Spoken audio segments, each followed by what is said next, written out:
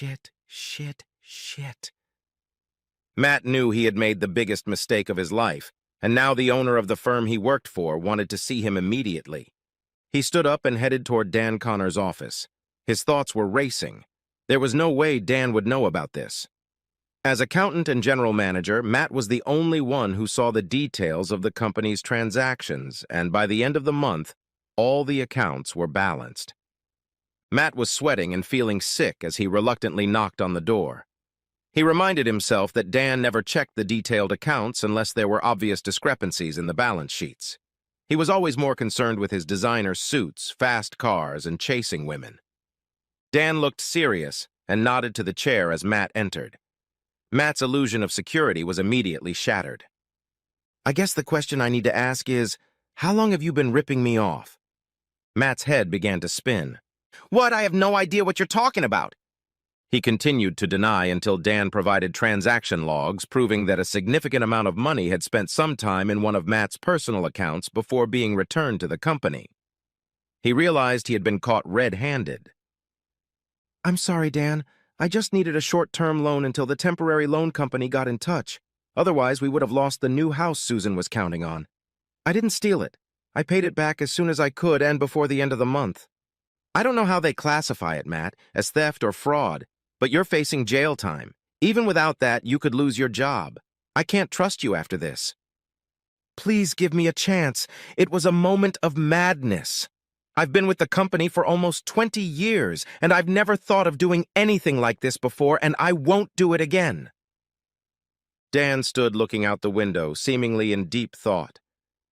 "You and Susan have been my friends for a long time. I guess that makes the situation even more frustrating. Did Susan know you did it?"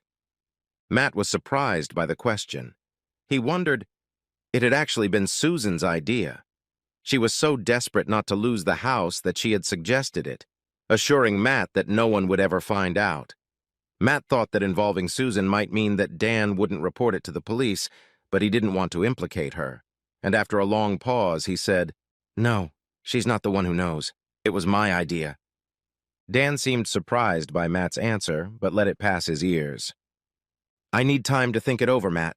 I'm not sure how best to proceed. Go home, don't come back for the rest of the week. I'll make a decision on Friday."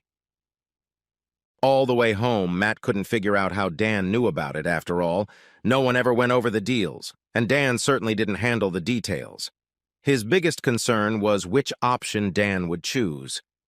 None of them were very appealing, but the embarrassment of a court case and jail time was throwing him into a blind panic. He knew Susan wouldn't be expecting him. Looking at their new house, he deeply regretted buying the damn thing in the first place. He suddenly remembered all those stories where the guy comes home early in the morning and discovers his wife is having an affair. Wouldn't that be the end of a perfect day? Fortunately, when he entered the kitchen, Susan was as bright, sunny, and fully dressed as usual.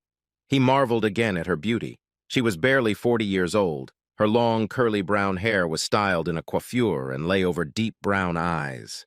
He liked her figure better, with a few curves and a lot more cleavage than when they'd first gotten married. Most of all, he liked her smile, which he was going to put away for the foreseeable future. Matt told Susan about his conversation with Dan and what evidence he had. Susan replied, "Oh my God, honey, I'm so sorry. It's all my fault. It was my idea and all for this stupid house." Matt shrugged. "I told Dan you don't know anything. It's pointless to get us both into trouble." Susan, "Maybe if I talk to him and ask him?" Matt thought about it and suggested they just wait. He knew this was going to be the longest 3 days of his life. They could try begging if Dan chose the option of destruction. He wondered what he would do if he were Dan. They were friends outside of work. They often met up and attended parties together. Maybe that gave him a small chance. Dan sent a text telling them he was coming over to their house at 7 p.m. on Friday night. Both Matt and Susan were sick with anticipation. Dan's Aston Martin pulled up to the house just in time. The man who has everything, Matt reflected. Good looks, money, the ability to charm, and now also the ability to destroy it. He ushered Dan forward.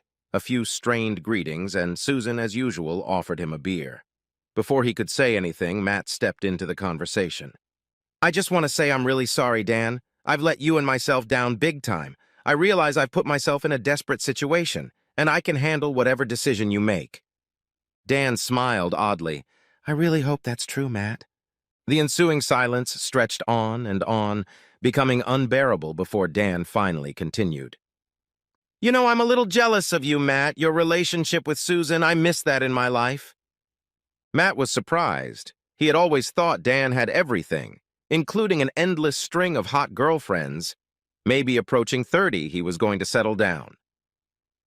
"So, with that in mind, I have a suggestion. It won't please either of you, but it's the only scenario in which you can avoid jail time, Matt. And remember, there is a risk to Susan as well, since the account was joint and used to secure a house in both your names. Also, I know you wouldn't have done this without her consent." Matt panicked at the thought of Susan being held accountable. He had no idea what that sentence might include. Dan took a slow, long breath. "It's not easy to say, but my suggestion is that I spend time with Susan." There was a stunned silence. Dan continued. "No police, no court cases or jail. You stay at work, you stay together, but I will spend every Friday night with her." "Dan, you can't be serious," Matt whispered. "Dan, I am totally serious. I have desired Susan all these years, and this is an opportunity I just can't resist." "Susan, there has to be another option. We can pay more, anything but—" "Dan, this is my only offer. I've been told I'm not looking too bad. I hope it's not too heavy a burden for you. Perhaps when things settle down, the arrangement won't be too uncomfortable for either of us. Susan, we need time to think about it. We can't decide something like this quickly." Matt turned his head. "You can't think about agreeing to this, baby. Are you crazy?" "Susan, I don't see any alternatives, dear, and we've been trying to think of them all week." Matt growled, looking at Dan. "You pathetic, low-life scum. This is a sick idea." Dan smiled back. "That may be true, Matt, but I'm not a thief. You are." Dan turned to Susan. "If we're doing this, we need to start right now. You don't have time to figure out how to get out of this." After 15 minutes of yelling and accusations, Dan stood up. "Time to decide. I'm either going to the car or I'm going upstairs with Susan." He smiled and held out his hand to Susan. After some hesitation, Susan took it. Matt was literally stunned and abruptly sat back in his chair. "Susan, Matt, we have no alternative. Everything will be fine." She then led Dan through the living room and up the stairs. Time seemed to stop for Matt. There was silence in the room. Had this conversation really just happened? His thoughts jumped to what was happening upstairs. He heard them moving around, a muffled conversation, and then the distinct sound of someone sitting on the bed. Long minutes passed in silence. Then he heard the first creak of the bed, the unmistakable sound of two people beginning to have sex. The movements and sounds continued. Then the creaking became regular, and combined with the muffled moans, it became faster and louder. There seemed to be no end to it, and Matt thought that maybe he was going crazy. Matt felt ashamed and guilty. He wiped his cheeks and eyes, waiting for Dan and Susan to come back downstairs, but again there was muffled talking and some movement. After a long silence, Matt stood up, thinking he should check to see if Susan was okay, when he heard something again. The creaking of the bed. He walked to the foot of the stairs and heard something else, including snippets of Dan talking. "That's it, baby." The most discouraging sound, however, was Susan's fairly constant whimpering, occasionally interspersed with "yeah" and Matt needed to get out of the house. He hurried out and walked aimlessly down the street. Was Susan really enjoying this, or was she putting on a show for Dan? He began to wonder how vigorously she objected to the idea. He was not unmoved by the fact that Dan was 10 years younger than him and handsome. By the time he reached the park, his thoughts had changed. Susan was doing this to keep him out of jail. He needed to get back to the house and make sure she was okay as much as possible. Aston Martin was still there, but the house was quiet when he entered. He made his way to the kitchen and grabbed a beer. Turning around, he saw Susan behind him in a short robe. They looked at each other, both confused, before Matt could speak. "Are you okay?" Susan smiled weakly. "Yeah, thanks for asking," then continued. "He's being nice, nothing rough or weird, just normal sex. I'm sorry if you heard something." Matt shrugged. At least it's over. Susan looked uncomfortable and replied, Actually, he wants to do it again. He was thirsty, so I came to get a beer and wanted to check on you. Geez, he must have been saving it for you. Susan. Why don't you go to the den? You'll feel better there, maybe quieter. See if you can figure a way out of this. Matt stayed in the room for another hour and had made no progress toward a solution when he heard footsteps coming down the stairs. He stepped out into the hall and saw Dan suppress a smile before breaking the awkward silence. Look, I know this isn't easy for you, Matt. I promised to treat Susan with the utmost respect, and I can't thank you enough for letting me spend time with her. I hope you feel better, and of course work matters will remain between us. Matt replied, Don't thank me. You left us no choice. Dan and Susan both looked uncomfortable. Obviously, it was time for him to leave. To Matt's surprise, as Dan was saying goodbye, Susan kissed him. It wasn't a blazing kiss, but it was on his lips and lingered for a second. Matt didn't have time to say anything before Dan was gone. He looked at Susan. What the hell was that? Susan realized she had made a mistake. What? Oh, it was just a kiss. Goodbye. No, not just. It was a sign of affection. I think you two had a good time, and I shouldn't have been so worried. Susan got angry. I can't believe your boss just screwed me 3 times thanks to your actions, and you're worried about a goodbye kiss. Matt. It was supposed to be a deal, an arrangement, just sex. Did you kiss him upstairs? Susan. I guess a little, but not much. Matt. Great. First a few times, then I hear you like it, and now some caresses too. In response, Susan became enraged. It's not like that. Everything I do is designed to keep us out of jail. I will have to be willing and make him enjoy himself. We're both going to have to get used to this. If I can get through it, you have to find a way to get through it too. That last remark knocked all the energy out of Matt. Despite his doubts about her actions, Susan had made the sacrifice, not him. She could have just walked away. And where would he be then? Probably in jail. Matt couldn't be in the master bedroom knowing what had happened there, so they slept in the guest room, snuggled together. Susan fell fast asleep, no doubt exhausted. Matt didn't sleep a wink. His mind was in constant turmoil, desperately trying to think of a way out of this hell. It seemed that for the whole of the next week, they hardly spoke at all. The only topic of conversation was how to get out of their predicament. Matt came up with various plans, most of which were useless. Even when a viable solution occurred to him, Dan seemed to be ahead of him. One of them included the idea of destroying all evidence, only to find out that Dan had deleted his access to backups and claimed he had stored all financial data in a new secure cloud system. Eventually, the next Friday came around, and Dan sent a text saying he intended to take Susan out to dinner, under the pretense that it would make things easier to handle. Matt wasn't sure it was easier. On the one hand, a date felt more like a relationship. On the other hand, it meant less time in bed with Susan. As it turned out, he got the worst of both options. Susan seemed very depressed about the idea of a date, but still prepared herself. Matt thought she put too much effort and looked too good when Dan came to pick her up. Watching her in a little black dress and stiletto shoes being ushered into Dan's Aston Martin was heartbreaking. The evening that followed was even worse. He sent Susan numerous texts, asking if she was okay. Each time he received a short reply saying she was fine, just having dinner or just drinking. Eventually, they got back at 10 p.m. Dan hugged Susan as they entered the house. They were both laughing and seemed to be in good spirits. Matt looked around. Susan seemed to be having too good a time again and was quite drunk. We never agreed this was going to be a dating thing. Dan replied, Relax, Matt. It was just dinner and drinks between friends. If this is going to be awkward, maybe we should just go straight up. Matt growled. What do you mean, right away?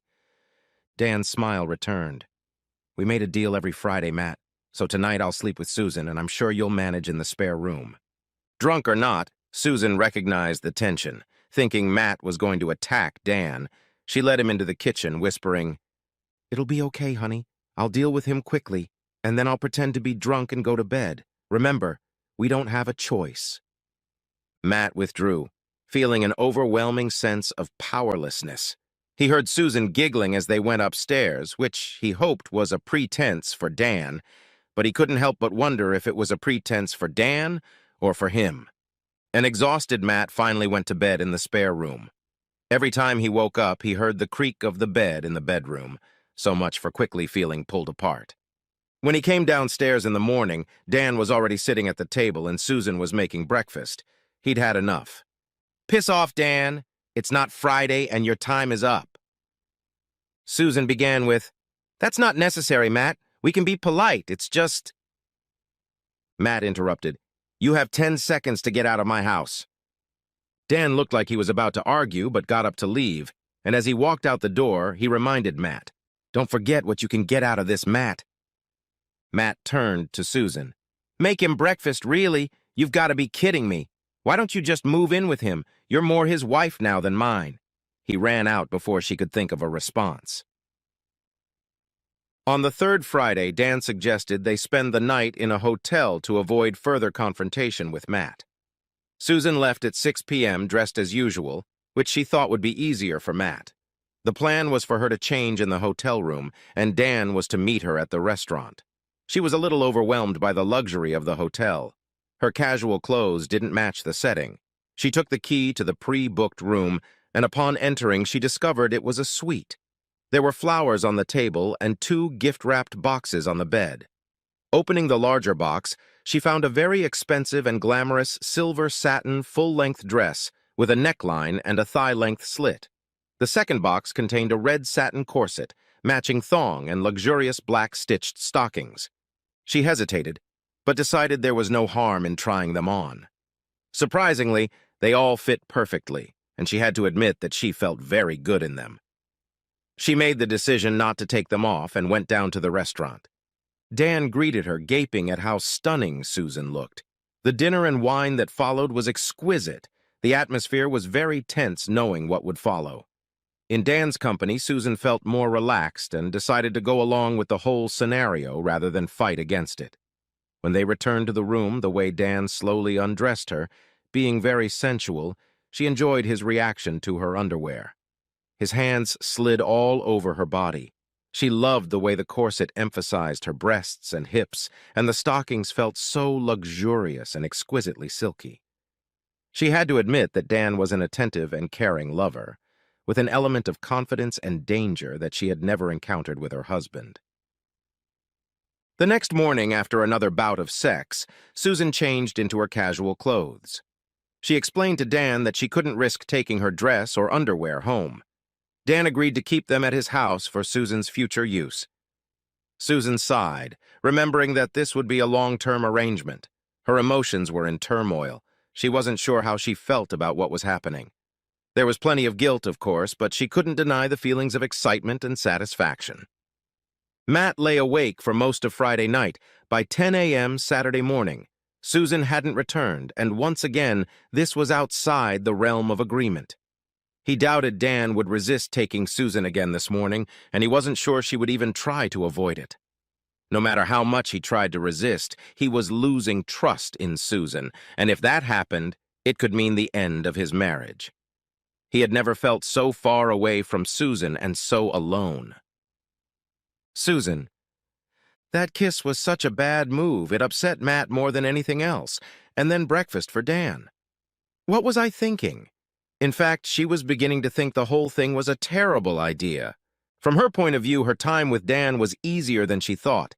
He was respectably handsome and exciting. The money and cars certainly helped. She always aspired to better things. Her dilemma was that sex with him was hot, very hot.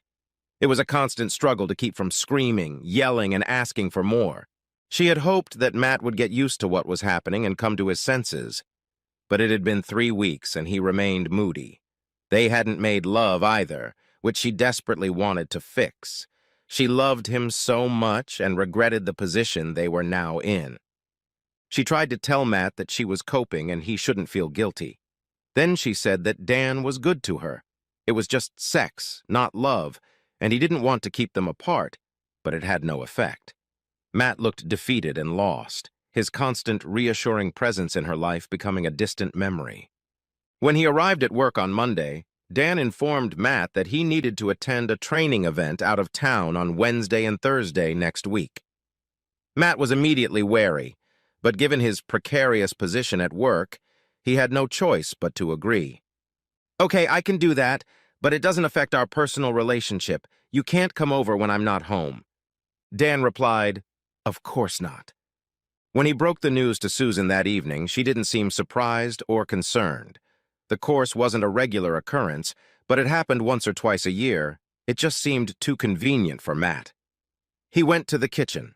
His intention to plan his way out of the predicament lost the battle against the blinding headache. As he walked back up the stairs to find a painkiller, he heard Susan talking on the phone, catching her part of the conversation. He wondered who she was talking to and listened to her part of the conversation. "What are you doing, sending Matt on a trip?" "No, that's not a good idea. Things aren't working out, and you coming along will only make things worse." "No, he hasn't thought of anything yet. He seems to have given up and resigned himself to it." "I thought it wouldn't be like this. He's devastated. You know I like our time together. I know it was my idea, but I didn't expect him to be so upset. It was supposed to be a safe alternative to our affair without the risk of being discovered. I didn't envision all of this. I helped you with the kissing and breakfast, and meanwhile you acted like an arrogant asshole smirking in his face." "Okay, you can come during his trip, but then I think we'll need to cut it all short and be more restrained, or maybe even end it. If you offer to end this arrangement because you see how it's affecting Matt, then you'll be a good guy, and we can get back to normal. Maybe if you're careful, we could see each other occasionally." "Yeah, we'll talk later, but I really need to fix things with Matt. I still love him." Matt staggered down the stairs, feeling like he'd been punched in the gut. He really had just heard it all. He couldn't fathom all the implications. No wonder Dan seemed to have anticipated all his plans. Susan had told him about it beforehand, and it had been her idea in the first place. She had suggested it and convinced Matt to borrow the money against his better judgment. It also explained how Dan had discovered the discrepancy in the first place. It was so hidden that he didn't think even an audit would have been able to find it. If he wasn't married to a saint, which kept him out of jail, he was actually married to a cheating and conniving bitch. Thoughts of revenge and violence flashed through his mind. Everything came over him. He knew he had to calm down and think rationally. He needed a plan, preferably one that would make them start to sense his anxiety. Matt avoided Susan for the rest of the night and the next morning. When he saw Susan on Tuesday night, he didn't mention the overheard call, but said he heard Dan at work bragging about getting some top-notch woman. Matt went on to say that he could only pray that he didn't mention Susan by name. Matt left early Wednesday morning for his trip, and Susan told him that she loved him. He smiled briefly and pretended to be distracted, checking the schedule on his phone as he set off. Dan arrived at Susan's on Wednesday morning, and she immediately asked about the bragging, but Dan denied everything, blaming Matt for stirring things up. Susan didn't know who to believe. She saw no reason why Matt could have made it up, but maybe Dan was less discreet than she thought, which would be problematic. In between sex, they discussed the situation and what they could do about it. Susan lacked the emotional connection she had with Matt. What she had with Dan was purely sex.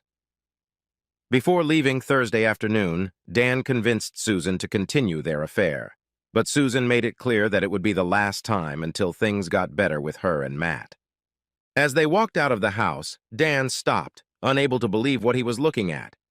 There was a large kitchen knife lying on the gleaming hood of his Aston Martin. He looked around, but no one was there. All 4 tires were slashed, too. He went back into the house and told Susan. They both started to panic. Matt could have come home earlier that he knew. It had to be him, unless it was kids or someone jealous of the flashy car. This wasn't the first time it had been vandalized. Susan called Matt and asked how the course went.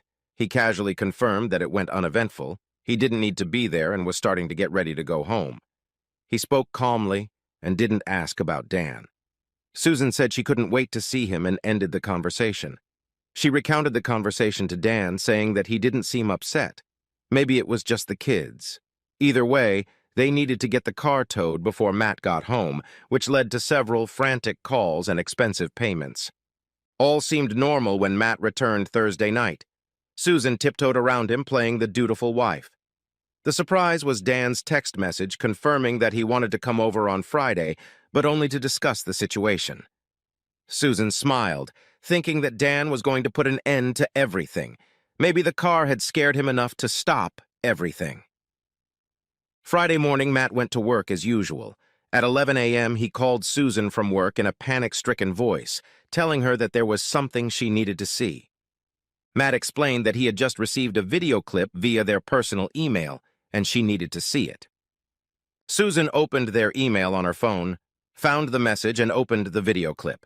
The video quality was poor and only 20 seconds long, but it was unmistakably Susan and Dan having sex. The sender was an anonymous address. Matt. "Oh my God, is that our bedroom? It's hard to tell, but it looks sunny. Looks like the middle of the day, so I'm not sure when it might be." Susan knew exactly when it was, but replied, "I'm not sure. Maybe it's edited, and they messed up the light." Matt. "It's you, isn't it? You seem to like it." Susan let that comment pass her ears. She had more important concerns and could explain her enthusiasm to Matt later as part of the introduction to Dan. Matt continued, "What Dan is playing is what he wanted to discuss tonight. Isn't this just another form of torture? It's not like you lashed out and threatened him." Susan immediately started to deny it, but then remembered telling Dan of her intention to end the relationship. Perhaps he had reacted badly and intended to use the videotape to continue the relationship. He must have set up the videotape at some point. He'd had ample opportunity to do so over the course of 2 days. Matt said that Dan wasn't at work, so he couldn't ask him. Susan desperately wanted to contact him and was still hoping to discuss their activities over the previous few days. At that moment, Susan's phone rang with an urgent call me message. It was her sister, Diane. She told Matt that she had better answer it, hoping it would give her time to think. She finished talking to Matt and called Diane, but was met with a barrage of questions and scolding. When Diane finally caught her breath, Susan managed to find out that her sister had gotten the same video clip. Her phone continued to beep with calls that most of her close friends and even her mom tried to make. My God, did they all really get that clip? It was an absolute disaster.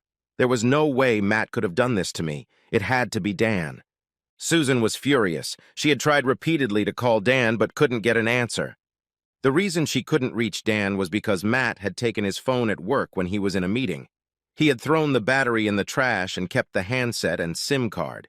He also left an envelope on Dan's desk, after which he called Susan about the video and quietly left work. Back at home, Matt enjoyed watching his wife upset and confused by what was happening. She was upset that her mom had seen the video, and all her family and friends would think she was having an affair. Matt played along, making various unhelpful suggestions about how to limit the damage and adding his own doubts about when the clip might have been filmed. Susan still didn't acknowledge Dan's midweek visit. Susan, how could things have gone so horribly wrong? She never thought about having an affair until she got drunk at a party and started flirting too much with Dan. He was handsome, attractive, and clearly interested. After that night, he'd been on her mind a lot. Over the weeks, she'd managed to convince herself that she deserved some excitement, but dared not risk her marriage to Matt. She'd seen her friend's marriage fall apart after a similar affair was discovered, but she'd always been smart and thought her plan was a smart way to avoid all the pitfalls of discovering an affair. After all, how could Matt discover something he already knew about? Working out the details had become a challenge, and that was all part of the excitement. From her point of view, it was a wonderful arrangement, but she had never thought about how it would affect Matt. Now she was in a lot of pain. Everyone liked Matt, and everyone knew she had cheated on him. She dreaded imagining how she would try to explain her way out of the situation. No one would ever believe that Matt knew about her sex with Dan. But none of that mattered as long as she could convince Matt that it wasn't her fault. The squeal of Dan's tires heralded his arrival at Matt and Susan's house. He was met by Susan trying to attack him. Matt did nothing to stop her, noting the impressive scratch on Dan's cheek. Eventually, Dan managed to pin Susan against the wall long enough for her to talk. Dan heard about the video, but insisted that he hadn't filmed or sent it. Susan got angry. "But if it wasn't you, then who—" Matt started laughing. "Then it must have been me." Susan and Dan looked dumbfounded. Dan was the first to pick up on it. "So you found out about our meeting this week?" Matt: "Alas, yes." Susan began trying to justify it as a continuation of the arrangement. Once again, Dan caught all the implications of the videotape. He knew they had discussed the whole situation and suspected that Matt had taped the whole thing. He tried to smooth things over a bit. "I'm sorry, Matt. I just couldn't resist Susan. I never meant for it to hurt you like that.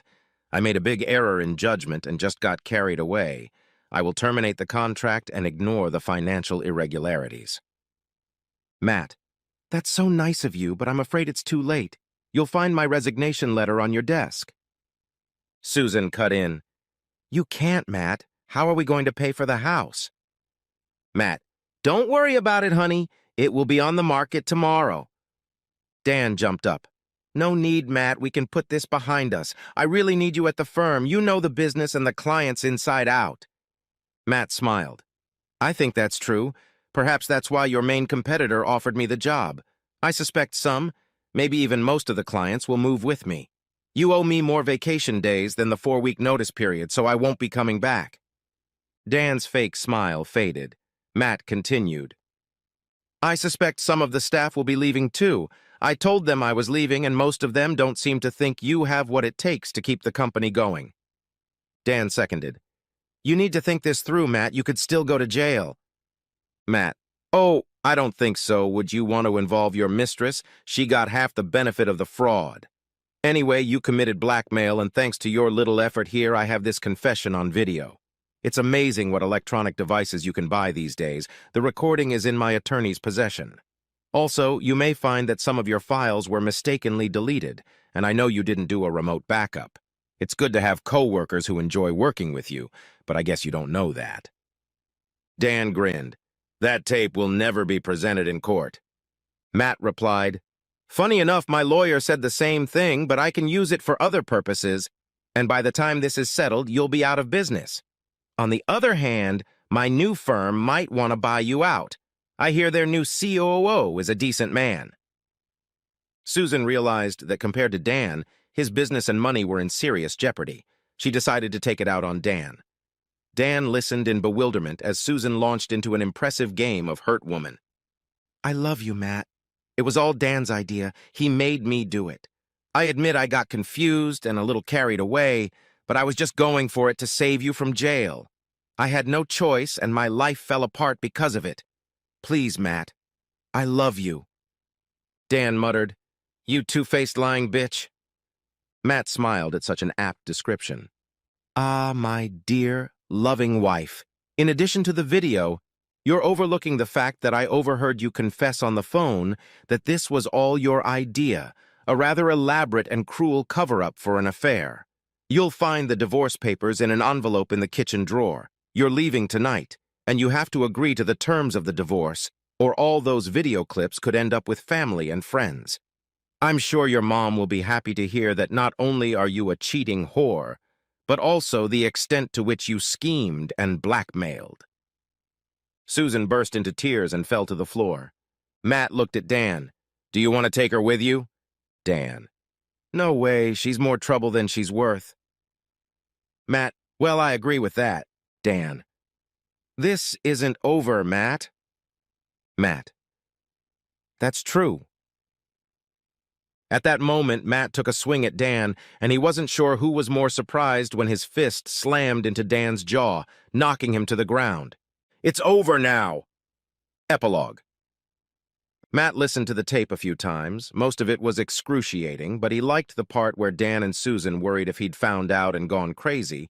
The knife in the hood was wonderfully melodramatic, and he smiled for the first time in weeks. Matt had indeed taken a new job with Dan's competitor, and the customers and employees followed. Dan hung on as best he could, but eventually he had to put his firm into administration, and there were rumors of his personal bankruptcy. He moved out of the neighborhood shortly thereafter. Susan was left to live in a small apartment with the money from the sale of the house, but no other income from Matt. As a result, with no qualifications or experience, she worked 2 temporary jobs as a housekeeper and waitress. Her former friends shunned her, and she barely spoke to her mother and sister. A pay raise and bonuses allowed Matt to switch to a 3-day work week, and find time for the sports and outdoor activities he had neglected in his marriage. He didn't realize how much Susan had influenced his decisions, including buying a big house and filling it with stuff, but he wasted no time in selling it. He kept in touch with Susan's mother and sister. Diane, in particular, kept apologizing for her sister's cheating, assuring him that he would never repeat her mistake. Matt wondered exactly what she meant, thinking it would be fun to find out at some point, especially since Susan would be furious.